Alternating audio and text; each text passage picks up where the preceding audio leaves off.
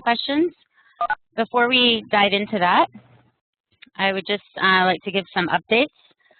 This week, Nicole and I will be contacting each of you for just a curriculum specialist check-in, and we're just going to talk about any resources that you all might need, any way we can help or support you, and then also maybe go through some of the activity templates if you want to go through those, as well as the module dissemination forms, kind of talk a little bit about the process and that, and if you have any questions around that.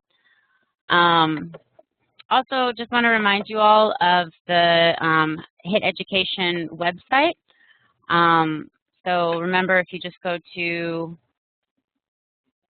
www.hiteducation.org, let me show you, then you can go up to Health eWorkforce Member College Resources, down to Curriculum Development Resources. And here you'll see that we've added a tab for materials. This is what's being developed by Roger, our IT, or our educational technologist. And here's where you'll be able to share resources with each other. But we'll get that up and running sometime in April, so we'll let you know about that. But if you click on Curriculum Development Resources, this will lead you to, remember, the activity templates. We've added some CA HIMSS resources as well, and the curriculum forms and templates, and then finally the weekly webinars that we do. Okay. And as I mentioned, sharing materials that will come out in April. Are there any questions around any of that?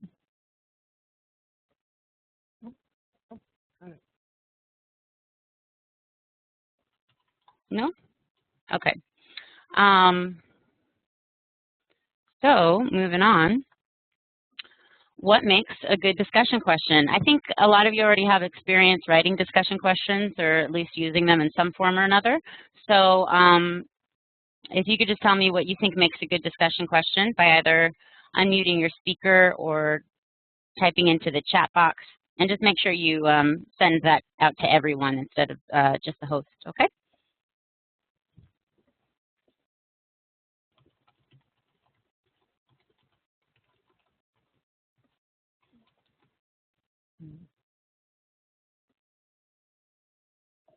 Good. Open-ended, has an opportunity for a variety of answers.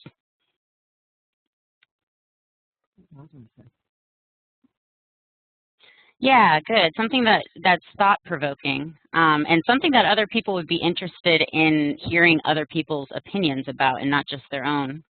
Right. Yeah, Nicole. So something that you can take what you've learned in the course and apply it to different situations, different contexts.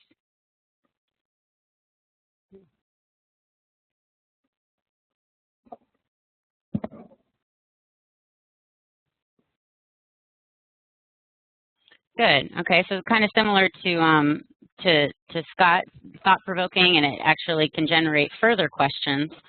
Might not just end with the actual discussion question.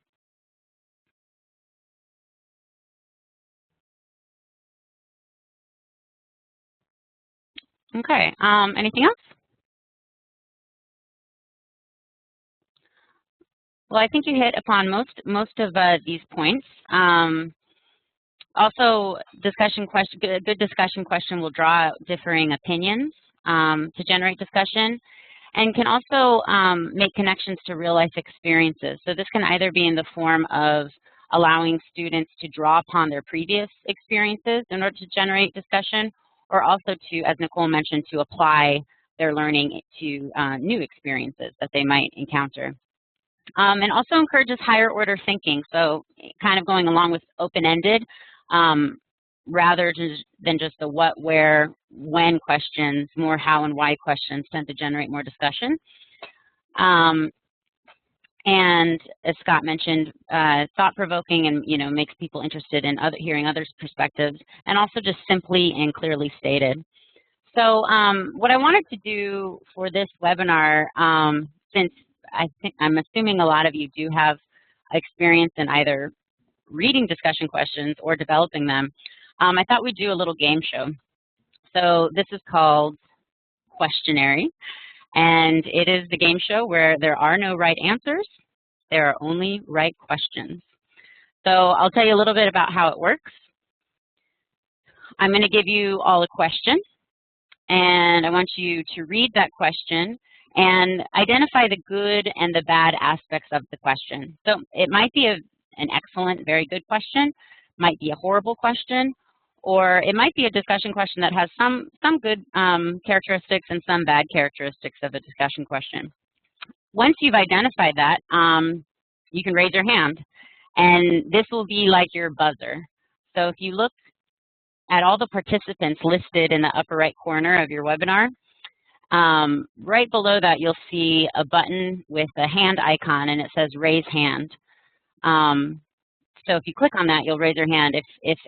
If everybody's paying attention to this webinar right now, let's raise our hand.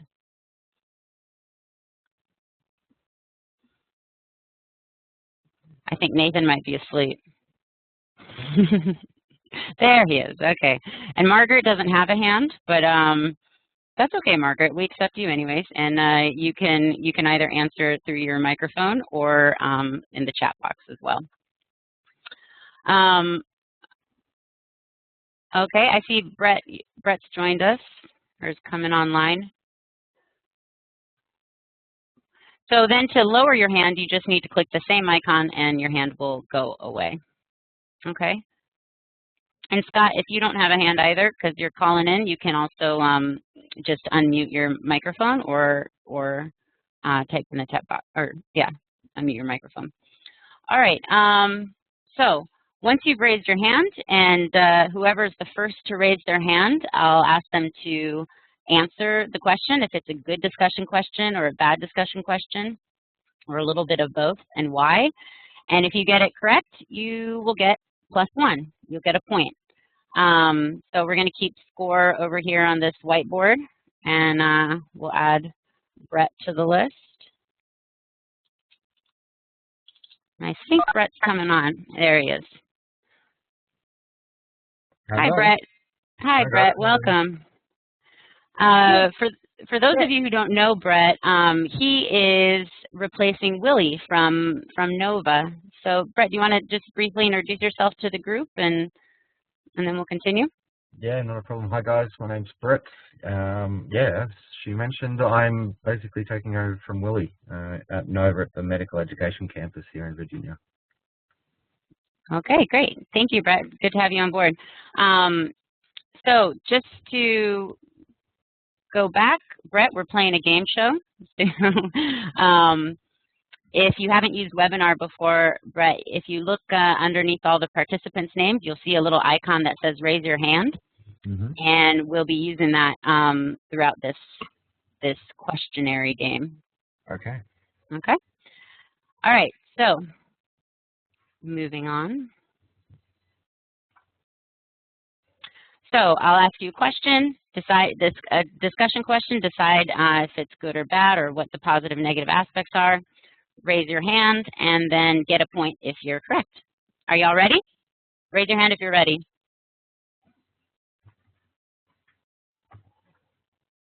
Great. Okay. Hands down.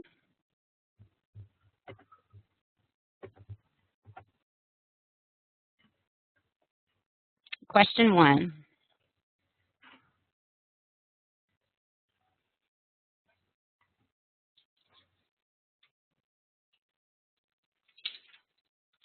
So take a look at the question, decide if it's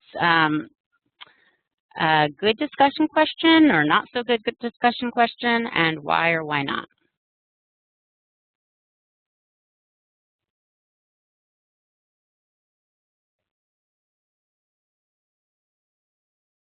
Roger. Bonnie. All right, so Roger, you were the first one to hit your buzzer. Roger, can you explain? I think it's a good discussion question. It's concise, straight to the point, and it'd be interesting to hear what everybody thinks nurse informaticists actually do. Okay, great. Anybody else have a different idea? Bonnie, you were the second. What do you think about this? Do you hear me? Yep. Oh, okay. My computer did some weird things when I started up, so I wasn't sure. Sorry. I think it's pretty good. It could be better. But maybe what I'm thinking would be a good follow-up question. Okay, what would be a good follow-up question to this? A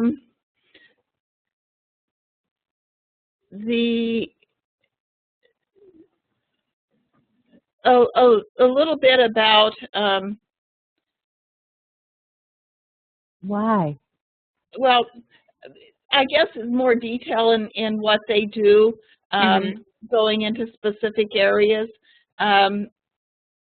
Some people might tend to list tasks, which kind of puts the discussion at a standstill. Yeah, good. Yeah, so I said it's a not so good discussion question in terms of generating a lot of different opinions or a lot of discussion. As Bonnie, you mentioned, people could just make a list of the responses or a list of what they do, and then it's kind of over. And there's not a lot of variety in answers. But it is, however, good for a comprehension check. Roger, as you mentioned, it's good to know what nurse informaticists do. So it could be used in that capacity, but might not generate a lot of discussion. So Bonnie, I'm going to put you up on the scoreboard for that one. Congratulations. And moving on to our next question. Sorry, the transitions seem to be a little slow. All right. So hands down, everyone.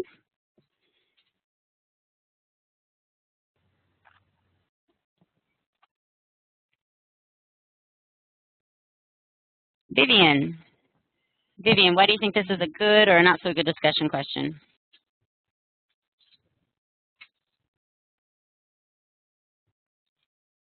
Vivian?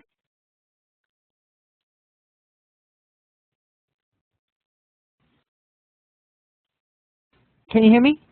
Yep. Oh, good. I somehow keep muting myself.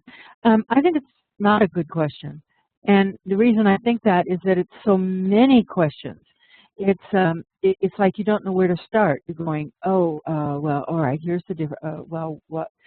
It's like some of these could be used as follow-on questions, but altogether I think it's a mess. That's my personal and you are correct, Vivian. It is a mess. Yeah, this is not a good question. This is what we would call rapid fire questioning. And this is actually a question pulled from CA HIMSS. But yeah, too many questions, focuses on too many topics. It's not simply or clearly stated. However, there is one good how question here. How is the funding for Medicaid and CHIP different from the funding for Medicare? But really, nothing outside of that. The others are kind of what, how much. So, yeah, Vivian, I would say you're correct, and we'll give you a point. All right, next question. Hands down, please.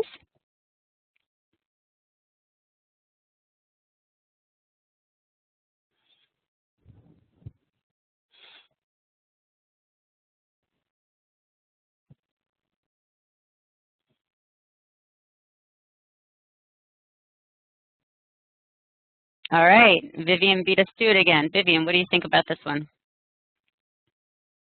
I really like this, and the reason I do is that it's focused. It's focused, and it gives you. You're looking at it in terms of this is your work. This is how you might approach your work. So while it's hypothetical, you approach it like a scenario. Great. That's what I think. Yeah, yeah, this is a good question. As you mentioned, it's focusing on your work, so it's connecting to real life experiences, and it's kind of encouraging more analysis and more problem solving. So it's a little bit higher order on Bloom's taxonomy. I have a question about it though. Yeah. It says, you know, how would you begin to collect data that would help you, and then how would you want to analyze this data? In terms of a discussion, I think it's an excellent question, but I'm going, in terms of the discussion, how then do you bring out the discussion part of this? You know, That's how a do you good, get yeah. people to respond? Because as soon as somebody says, well, I would do X, Mm-hmm. how do you encourage people to look at other ways of doing it? Or are there? Yeah, yeah. I guess I kind of, and anybody else feel free to respond as well, but I interpreted it as kind of a problem-solving question, and it wouldn't necessarily be just you solving the problem, but whoever you were in the discussion group with. So maybe providing a data collection method, but then other people might either criticize that or provide feedback in terms of, is that the best method to use to identify this particular cause of the disease? Or sorry, of the disease. And I don't know, does anybody else have any other thoughts on that and how it might generate the discussion? This is Margaret. You could add an additional question that asks them to compare the pros and cons of your approach with that of one other person in the class. Yeah, have a tag question onto that would kind of encourage them to dive a little deeper in responding to each other's responses. Mm-hmm. Yeah, that would be good. Okay, great. Yeah. This is Nicole, and I would go on to add that the first two lines are very broad, the first two statements, and it's not like it's, I would imagine, soliciting a single response, because we're referring to things like disease X, and we're not really getting specifics and asking them to take a strong stance, but I think they're trying to at least position. And I would interpret this that there's lots of ways to respond to this, and you just need to make your best argument, and not there's one right answer.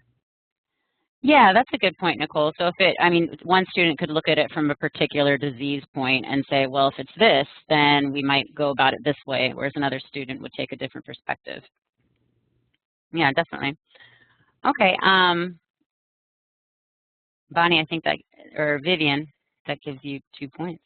Congratulations. All right, question number 4. And there are 8 of these, by the way, so in case any of you are wondering how long this is going to drag on. Here's the next question.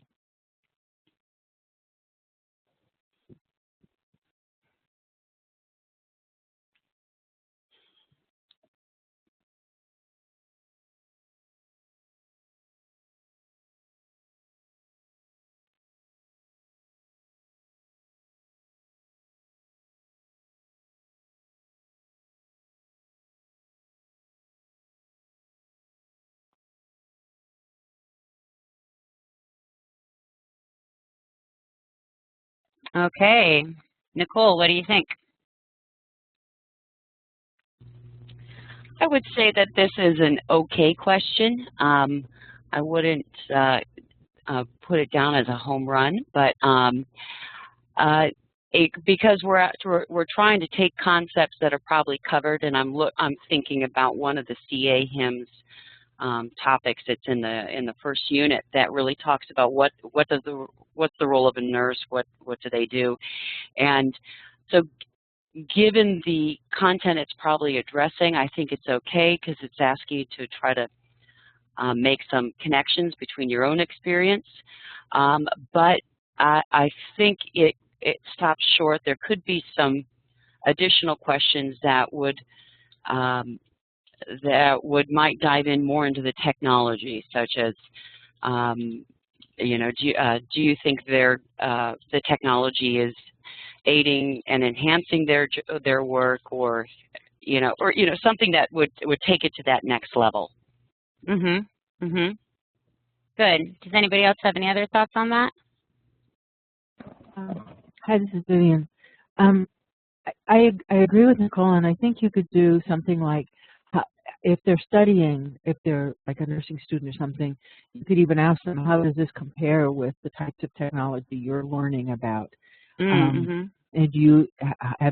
you could even put it, if it's in an HIT situation, you could ask questions more specific to that.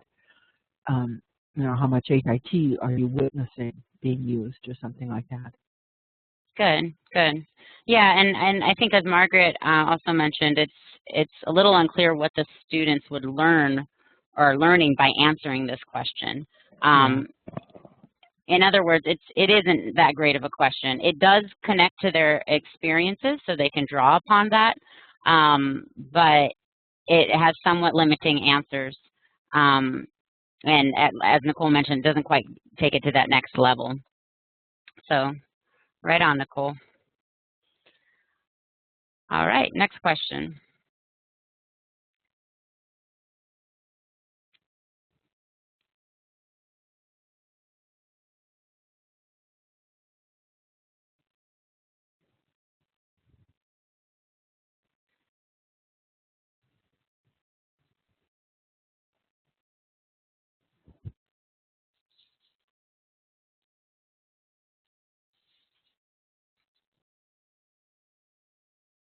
Nathan, welcome to the game. What do you think, Nathan? Hello. I think this is the best question yet. It opens up a nice pack of worms and then asks you a big fat why at the end. So it'll generate a lot of discussion about the two different models and how one is preferred to the other. Okay, great. Yeah, I'd agree with that. Anybody else have any ideas about this question? This is Margaret. I had a slight, I see your point, Nathan, but I'm wondering, would there be anybody who would not choose a patient-centric care model? That was my only beef with this question, is that I would assume that just about everyone responding would choose the patient-centric approach.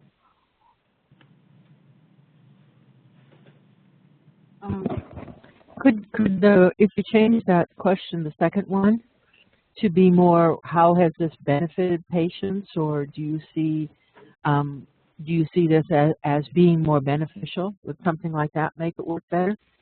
Yeah, and actually, Vivian, along those same lines, maybe what are the pros and cons of each from the patient's perspective and from the physician's perspective, or something like that, getting at you know, some looking at it through different lenses. Yeah. Yeah, I think that would be a good second question, or a good follow-on to the first statement.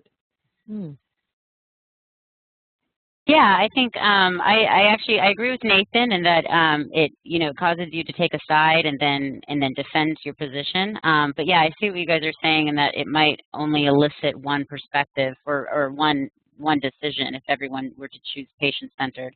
So I think Vivian and Margaret, your suggestions on how to change this question are excellent, and that would definitely make it a stronger discussion question. I said, yeah, that it was somewhat good, somewhat bad, actually for, I think, the same reasons. Connect to their personal experience again, and asking them to think about, themselves in the patient role, but and it attempts to draw out differing opinions, but maybe doesn't quite hit it home in the sense that most people might choose patient-centric care. Good. So we're going to give Nathan a point for that. And we're also going to give Vivian and Margaret a point for that, because I think you guys did a good job in rephrasing it. And plus, I'm the host, so I can kind of do whatever I'd like with points, in case I didn't make that clear in the beginning. All right, question number 6. Hands down, please, Nicole. Thank you.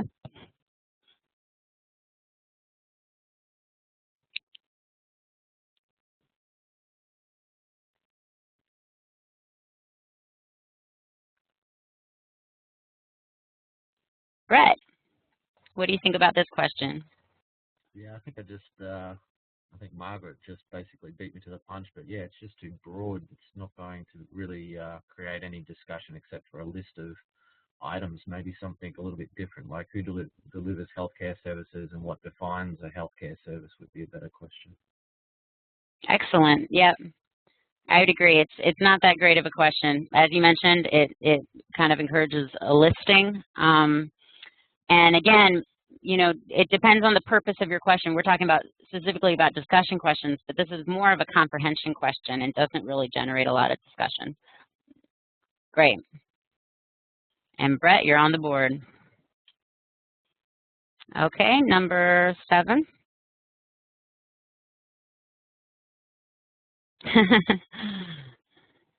Brett's enthusiastic.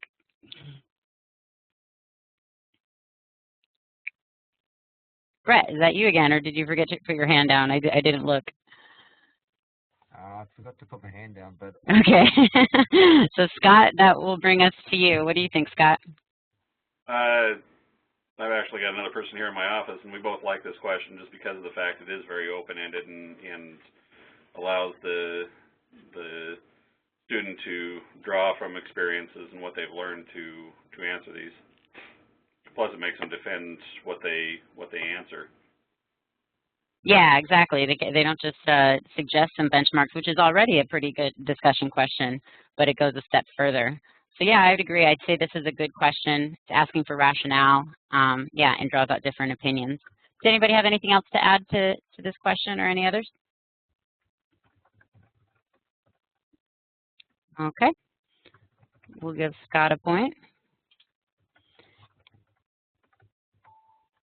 And moving on to the last one. Are you ready? You don't have to raise your hand.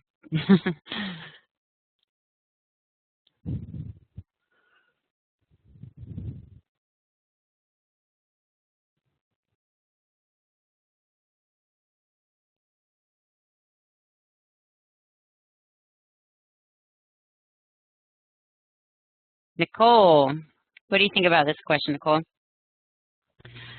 I'd say it's not a great question. First off, we got a bunch of rapid fire there, and who really cares when it was first developed or what it was called?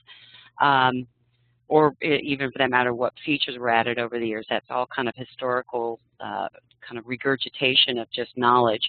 But this second bullet point causes me to pause. How did the development coincide with other important developments in computer technology?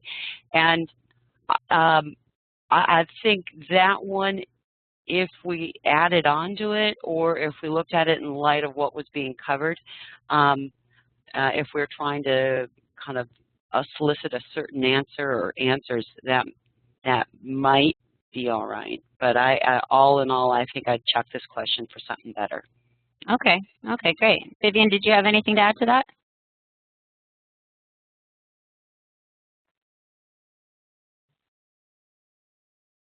Microphone. I think it could be better, but I think you could still use it because you could use it as a starting point to discuss how EMRs came to be and why, why the movement toward them. But I guess now I'm asking a whole nother question. Never mind. Well, that does bring us to a good point, though, that some discussion questions require some scaffolding. So they require some entry-level questions to kind of wrap students' heads around the concepts, and then they can, answer a more higher-order question. So it could be a good discussion question to scaffold for that question, Vivian. And then, as Nicole mentioned, maybe reach that point that it's just not quite getting to here. In fact, you're right. The learning objective connected to this question is to discuss how IT tools have evolved to support the practice of nursing. So it sounds like they're trying to get to that point, but maybe just didn't quite reach it here. So yeah, I said it was part good, part bad. First part obviously has limited responses, and as Nicole mentioned, why do we care? But the second part does start to encourage higher order thinking, but maybe doesn't take it all the way to what the learning objective is. Okay, so that one, we're going to give that to Nicole, so that brings her to 2. And the winner is Vivian. Congratulations. I don't think there's a clap function on your webinar, but you all can clap in your offices. And Vivian, let's see. You can all just cheer and. Okay. Vivian, let's see what you win. You get a 1-week all-inclusive vacation to Bali. Congratulations, Oh my Vivian. gosh! Look at that. And I hate to inform you, but that's not in the budget. So you get an e-trophy, a virtual trophy that you can take home with you. So that concludes our discussion about discussion questions. I want to point you guys to a couple of resources that I used to develop this. This first one, Penn State Learning Design, is actually really useful when you guys start to craft questions for during materials development. So we're just going to take a look at that website real quick. Here it is. Can everyone see it? If you can't, then let me know. But so here we have types of questions for online discussion. And this is actually divided up according to Bloom's taxonomy. So if you scroll down to the bottom here, we have Bloom's taxonomy. And if you click on one of these, it will provide you with crafting words to craft questions that get at analysis, or craft questions that get at something even a little lower on the taxonomy, like synthesis. So this might be a good resource for you when you start writing those questions and you just need ideas to craft it rather than using how and why questions all the time. Let me go back. So that concludes questions. Does anyone have any questions? Nicole, are you raising your hand, or are you just giving Vivian a high five? All right.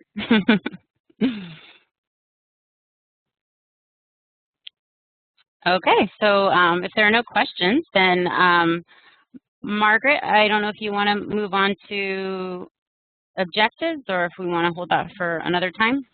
Let's see. Why don't we see how far we can get with objectives? And if you wouldn't mind making me the presenter, Brooke, I'll share my desktop. All right. Thanks. So with this group, I'm sure you're all well versed in objectives, but we just wanted to do a quick review. So,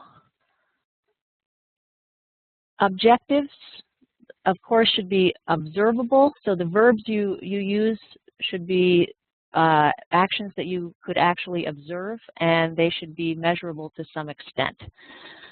So let's take a look at some and discuss them. So look at each of these and decide if they are useful, well-written objectives or not useful. So, and you can just unmute your mics, or you can, up at that top toolbar, just double-click in the participant window and it'll make it appear next to the screen, my screen that you see. And you can also double-click on the chat, and you could enter things into the chat window. Okay, so number one, internalize the Puget Sound VA organizational culture. Okay as is or not?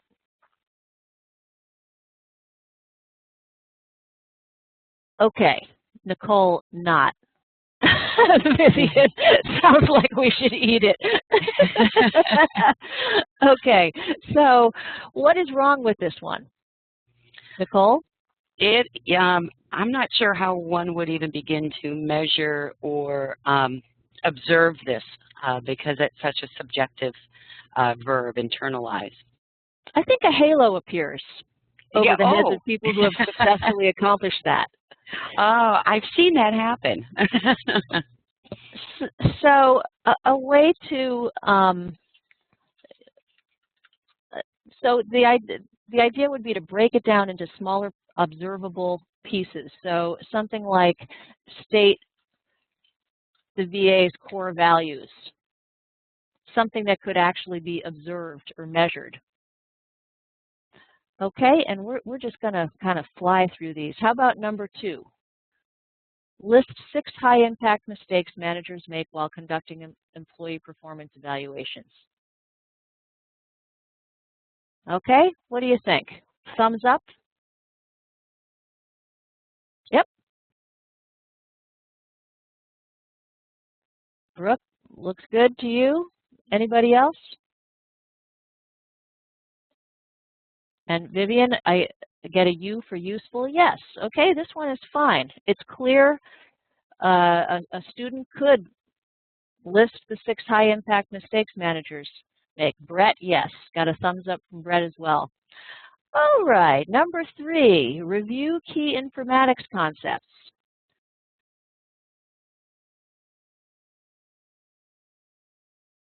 Nathan, no, not useful. Correct.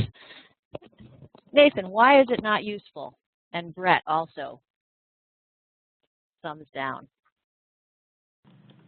Anybody, why is this not useful?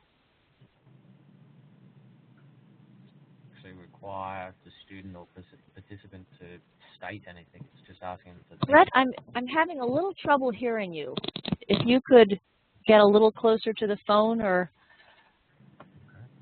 Can you hear me there? It's a little better. I'll just make it quick then. I think it's a little bit off because it's only asking the student or participant to review the information, not necessarily provide something specific. So it's hard to measure that, actually. Yeah, it's part of their studying process. It's not an outcome. It's not something you want them to be able to do at the end. Exactly. Or it's unclear. Maybe it was even describing what the instructor is going to do, which would also be way off base. All right, how about number 4?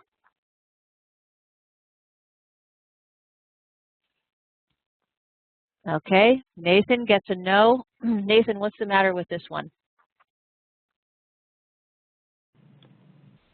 It reminds me of the one we just looked at. It's part of the process of going through the information or doing the thing, but when do you reach the end? Where's the end goal? Mm-hmm. Yes, and Scott, it's not measurable. Yes. How do you know whether someone's managing someone effectively or not? So you need to break that down into smaller units. So you could have something like list 3 elements of corrective feedback. Or let's change this.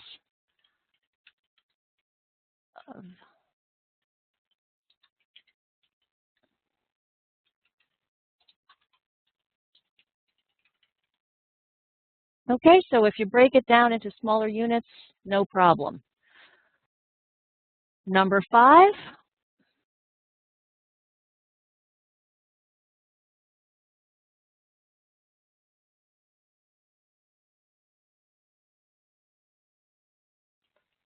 What do you think?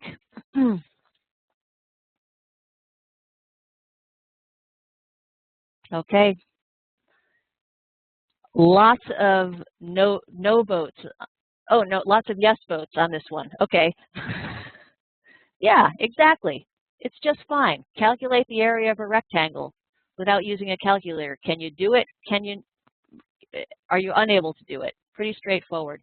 And number 6, state the advantages and disadvantages of adopting the proposed prescription refill request interface. Yeah, that one's fine too. Oh, how about number 7?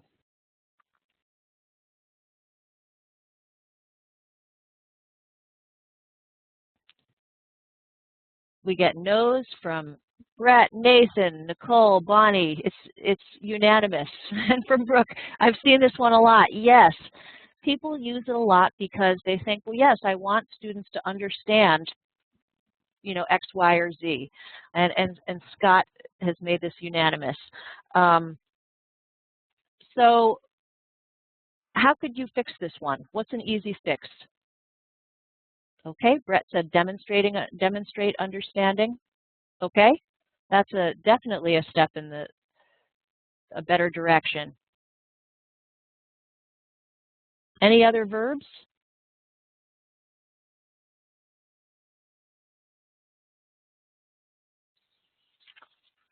Okay, Brooke asked a good question. How do we measure demonstrate?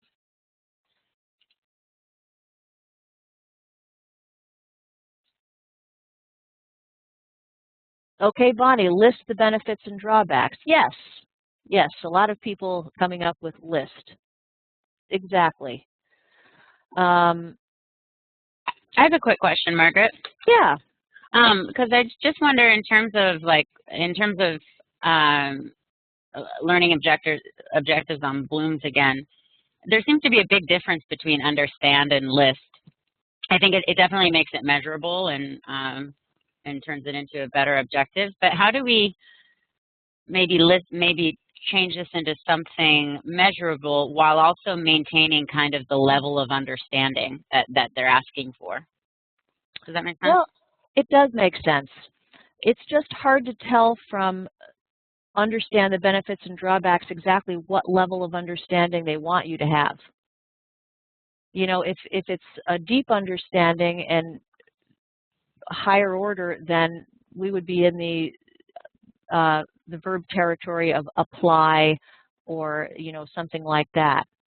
Oh, Vivian, let's see. What if you ask them to describe the issues involved? Yeah, that gets at it.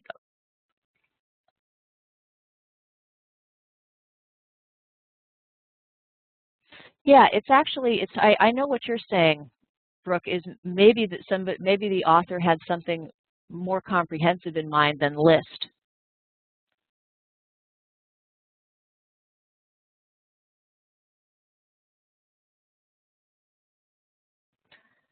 Okay, we have about 2 minutes left. So I just wanted to point out one thing. In the sections of the curriculum submission documents that say objectives, if you could just be sure that they actually are objectives and not, as in number 10, just a topic, that would be terrific. Oh, Michelle, list and explain. Yeah, that's a great one.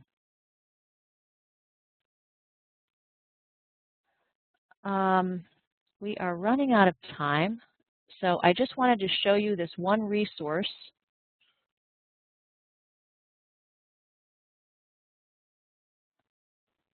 And I'll send out the link afterwards. This is Bloom's taxonomy with a list of verbs. So there are a lot of these sorts of things around on the internet, but I kind of liked the display on this one. So we will send out Brooke's slides and my Word doc and this link. So before we stop for the day, thank you all for being good sports and participating. And any questions?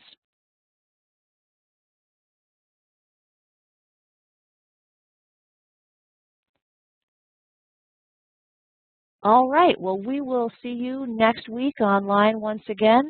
And I think what we have on deck for next week is using webinars as training tools. All right, Vivian, thanks for letting me win. A victim of your own competence there, Vivian. All right, take care, and welcome, Brett. Bye-bye.